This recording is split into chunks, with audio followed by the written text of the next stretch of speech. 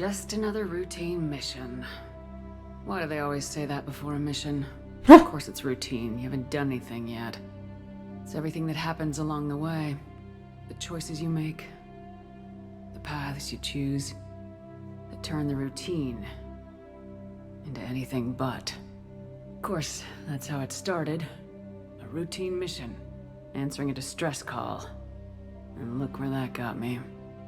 We were testing out the Normandy, Captain Anderson's new ship, when the distress call came in. An Alliance patrol on Eden Prime had been attacked. They'd seen something they couldn't explain. And whatever it was massive. I hit the ground with my lieutenant, Caden Alenko. A good kid, loyal, by the book, with a talent for biotics. We came across the lone survivor of the patrol, Gunnery Chief Ashley Williams. A soldier to the core. Tough, disciplined, ready to take on whatever came her way. Ashley joined up with us and took us to the spot where she lost her squad. That's when we saw it. The ship. Like nothing I'd ever seen. It was massive, scorching the colony and everything around it as it blasted away. We followed the path of destruction to an artifact, a beacon left by a long-dead race called the Protheans. The colony had dug it up, and whoever attacked them had tried to take it. Lieutenant Alenko made the mistake of getting too close. Hit him with some type of energy. I grabbed him and threw him out of the way. That's when it hit me. Hard. Every muscle in my body went rigid. I couldn't move, could barely breathe. Everything went black. And then I saw something. A vision. Dream.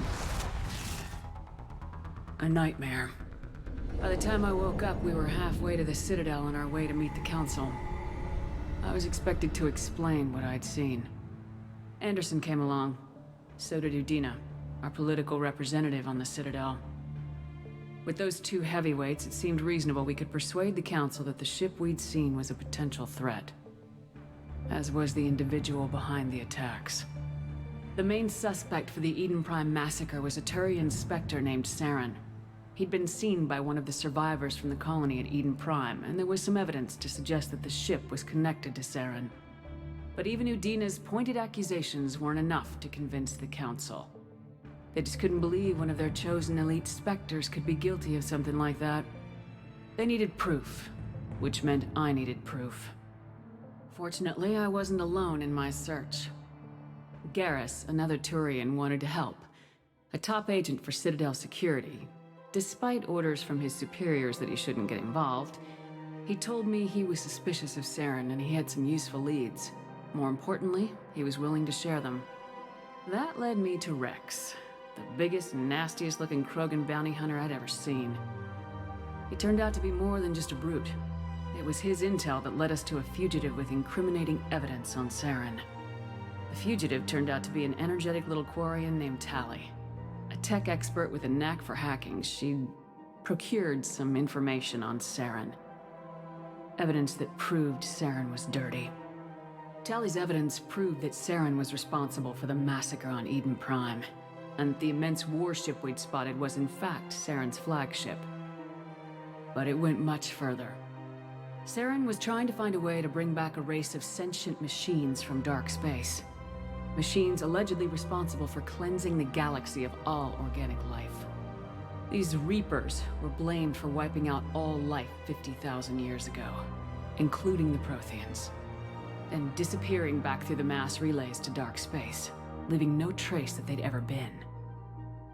That explained why Saren was after the beacon, and it made some sense out of my visions, but not much else. We couldn't convince the Council that the Reapers were a threat. But they agreed Saren had to be stopped. They stripped him of his Spectre status and gave me the honor of becoming the first human Spectre. My first task? Bring down Saren. Anderson decided to stay behind, giving up his ship, the Normandy. He told me I'd need it more than he would. He also pointed me in a direction. Liara. A Prothean expert, adept in biotics, and maybe most importantly, daughter of Benezia, Saren's top lieutenant. And like most Asari, as beautiful as she is intelligent, and born with a unique ability to meld with other species. Liara was able to help me decipher some of the vision the beacon had given me. Nothing concrete, but it gave me some clues. And a new appreciation for the Asari. Her technique for accessing my vision was unexpected, but not at all unpleasant. Kaidan was a little concerned about the connection I shared with Liara. As commander, I knew either relationship had the potential to interfere with the mission. I told Liara about how I felt. Apparently, she felt it too. But we agreed we wouldn't let it get in the way of our mission, finding Saren. Thanks to Liara's help, we had our next lead, Benezia. Saren had taken her to Novaria, where he'd enslaved the queen of a dangerous race of insect-like creatures, the Rachni. He ordered Benezia to use the same technique Liara had used on me to extract information from the Rachni queen. The queen's drones were everywhere, and they were not happy. We had to fight through hundreds of them to get to Benezia. By the time we arrived, Saren was gone, with the information. I tried to reason with Benezia, but Saren had indoctrinated her. He had somehow acquired the ability to control people's actions and wills. Benezia wouldn't surrender, and Liara was forced to watch her mother die in her arms. And I was left with an angry, dangerous Rachni queen to deal with. She claimed her drones would do no harm if I released her. But the Rachni had terrorized the galaxy before. I couldn't do it. I wouldn't doom an entire species for past sins. And the Queen was true to her word. She left and took her army of drones with her. With Saren's top lieutenant dead, he was quickly running out of time and places to hide. I tracked him down at his base on Vermeer. But we soon learned it was more than a base of operations. It was a breeding ground. Saren was breeding an army of Krogan. He'd found a cure for the genophage, a disease inflicted on the Krogan to prevent them from breeding and taking over the galaxy. But the Krogan Saren was breeding were slaves, mindless beasts that obeyed Saren's will. I had to destroy the base and all its research. Rex disagreed, violently.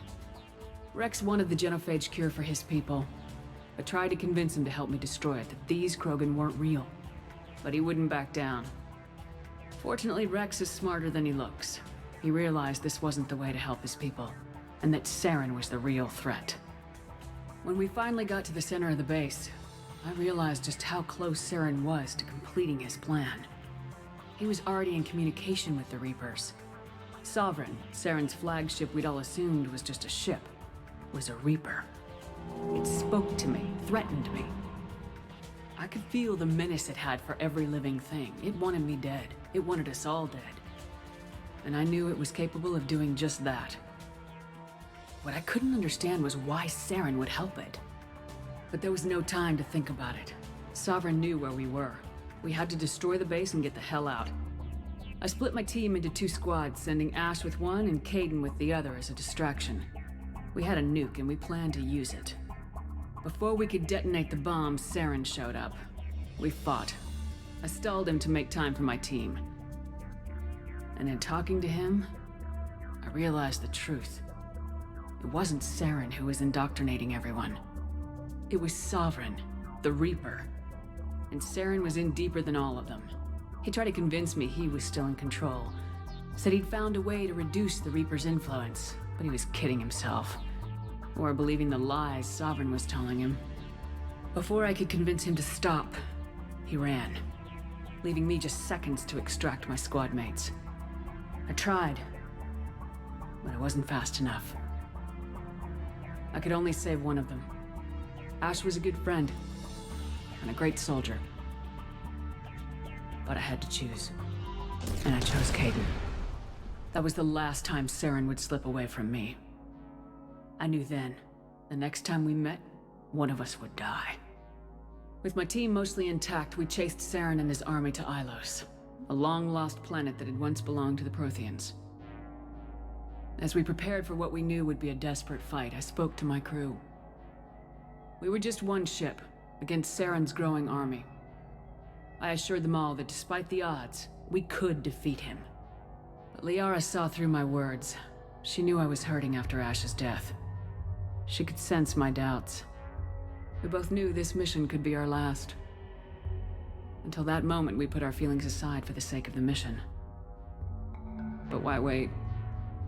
We gave in to each other. And it was perfect. While it lasted.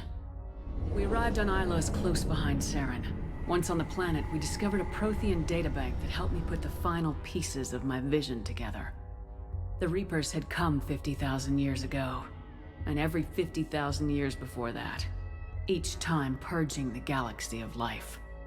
The Protheans had fought and died like every species before them, but a few survived long enough to leave a parting gift. The Protheans had discovered that the Citadel was the key to controlling the mass relays. By sabotaging the Citadel, they found a way to close the relays to dark space, slowing the Reapers' return, giving us the time we needed to find a solution to stop the Reapers once and for all. Saren knew this. He was leading his army to take control of the Citadel and re-establish the relays to dark space, bringing the waiting Reapers here to destroy us all. We followed him to the Citadel. It was intact, but heavily damaged. He'd caught the Council fleets by surprise, and they were only now regrouping. And with Sovereign as his flagship, there was little hope that the fleets could counterattack with enough strength to take back the Citadel. But Saren was done running, and I was done chasing him.